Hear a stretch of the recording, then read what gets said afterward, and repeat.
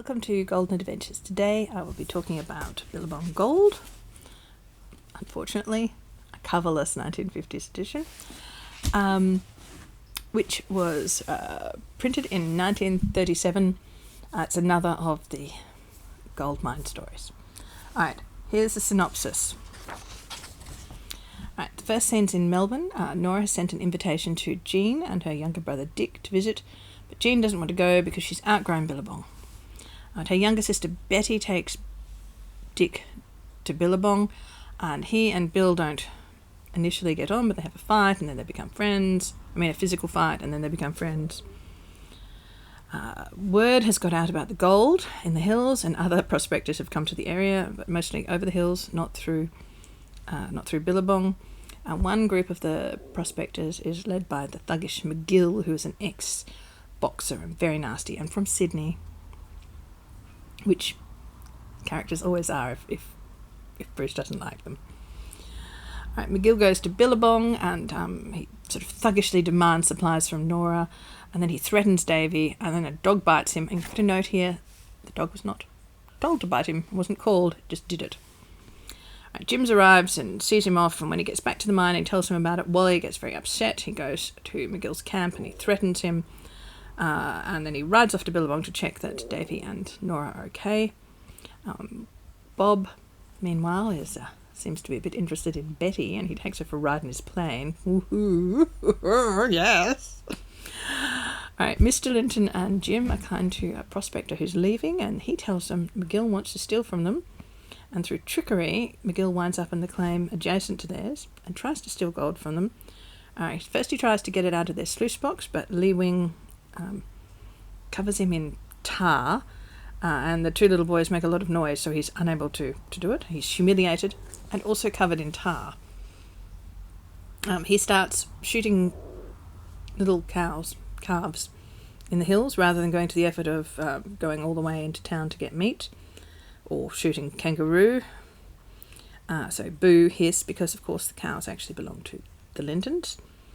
Mrs. Walker from, Bill of Billabong and a couple of the earlier books, she turns up. She closely observes McGill at the claim, which he's sublet from her husband, and she sort of mocks him. And the Lintons get Billy, their stockman, to track McGill, and they catch him cattle rustling, and then Jim and McGill have a big fight, and Jim defeats him. So McGill's gang leaves. He tries to rob them again. He attacks Lee Wing and forces the boys to lead him to the gold, which is inside a cave. But Bill dashes the lamp from his hand, and they evade him in the dark, and he's captured, and they get to keep the gold. So, lots of plot in this one. It's a real adventure story. The rescues sort of start out with the traditional, the Lintons helping out other people, and they wind up with the less traditional. Okay, so Mr. Linton visits a sick prospector who has a fever, and Lee Wing brings him some nutritious soup. Jim helps a prospector who's leaving, has to get to country faster so he can get back to Melbourne and visit his sick wife, and also phones her to let him know that they're coming, and to find out that she's okay. She's recovered from her operation, so that's great.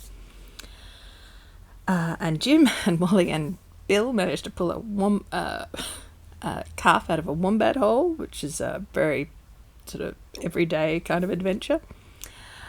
And then you've got the more exciting end of the spectrum, where people that you don't expect... Oh my God, I just look like a freak. I won't do that again. People that you don't expect to be the rescuers get to do the rescuing. So Billy, the stockman, gets to track down McGill and catch him in the act of rustling their cattle, stealing their cows, eating their cows. I don't know what you'd call it, but theft. Lee Wing gets to rescue the gold, not once but twice. Lee Wing gets to rescue the gold once when he throws the tar on them, but also sort of bravely tries to stop McGill the second time and gets injured, and does it nobly while protecting the boys because he wants to be quiet so that not so as to not attract their attention. But the little boys actually manage to thwart McGill themselves and overcome him and leave him in the dark in the cave, unable to get out. I think it's notable that McGill, who is one of the most villainous characters they encounter, is actually defeated by characters that he himself despises and overlooks. So the Aboriginal tracker, the Chinese servant, and the two little boys. So I think that is a significant improvement in the role of Lee Wing and Billy over the course of the novels. They've come a long way from where they started, like in the cabbage garden and riding old Bung-Eye the pony. Right, some other notes about the book. Jean York, who was Norah's friend from school, she is really the only failure in the book. She's wearing lipstick, tinting her eyebrows, thinks of nothing but dances and social life, has friends her family doesn't like, and she doesn't want to go to Billabong. She even dismisses Norah's taste in clothes. She's really the only complete moral failure in the Billabong books. Even Cecil, who was so terrible and killed Bob's the pony, kind of redeems himself during the war because he joins the army, fights bravely, has a bit of a limp. When they see him in Back to Billabong, Norah finds it in her heart to forgive him because she sees that he's served his country well. But Jean seems to be, irredeemably lost, like Susan in The Lion, the Witch and the Wardrobe. She's captivated by lipstick and stockings.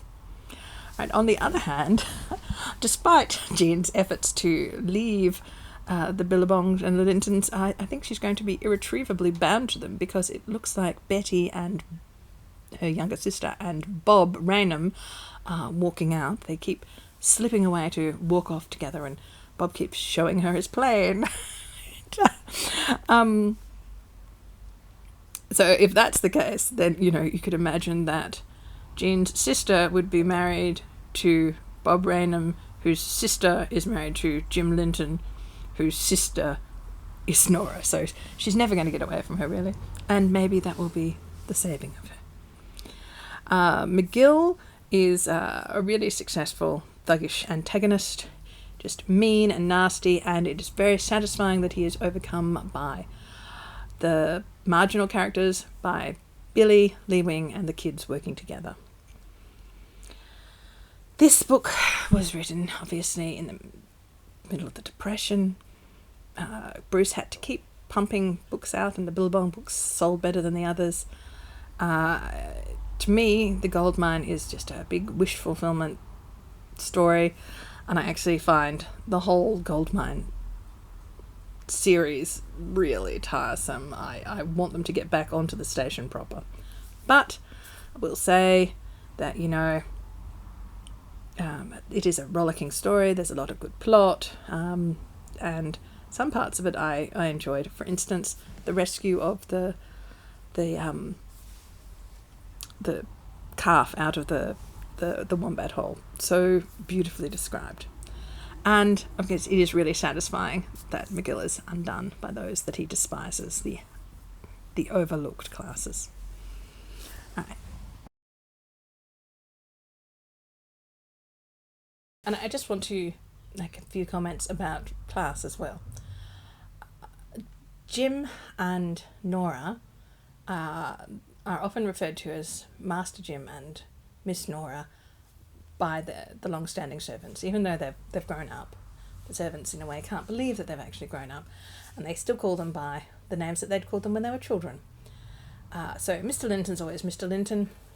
Jim would be Mr. Linton or Mr. Jim to newcomers, and to people who've known him since he was a child, like Murty and Brownie, he'd be Master Jim.